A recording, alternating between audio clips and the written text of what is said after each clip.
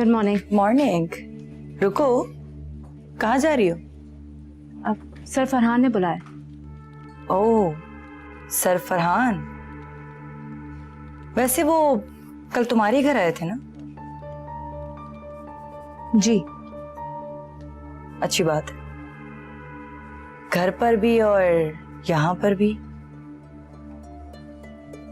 आप कहना क्या चाहती हैं? यही कि तुम बहुत ज़हीन हो, बहुत तरक्की करोगी। अगर ये मेरे लिए गुड विशेस का इजहार है तो थैंक यू। तुम्हें मेरी गुड विशेस की क्या जरूरत है?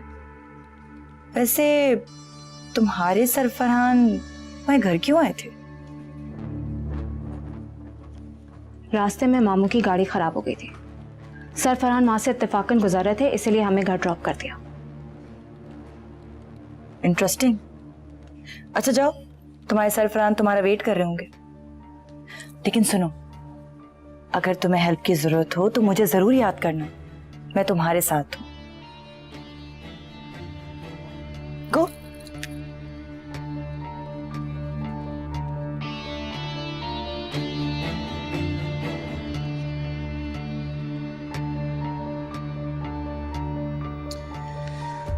सही कह रहे हो, अच्छा आइडिया वैसे। यू नेवर नो, उससे कुछ अच्छे आइडियाज मिल जाए हमें, है ना?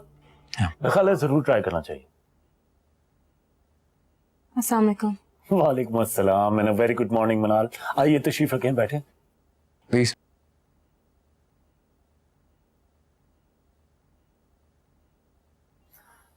मैं आपसे एक बहुत इंपॉर्टेंट बात करना चाहता था, लेकिन मैं चाहता था कि आज़िर की मौजूदगी में ये बात हो।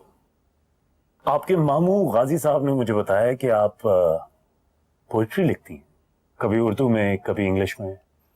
नहीं नहीं सर, मामू की तो मजाक करने की आदत है। वो तो मैं बचपन में थोड़ी बहुत राइम्स लिख लेती थी, लेकिन बिल्कुल बेतुकी सी। अच्छा, तो फिर आज से आप हमारे लिए बेतुकी सी राइम्स लिखेंगी। आप समझ नहीं रहे सर, ये बहुत मुश्किल काम है, मुझसे नहीं होगा।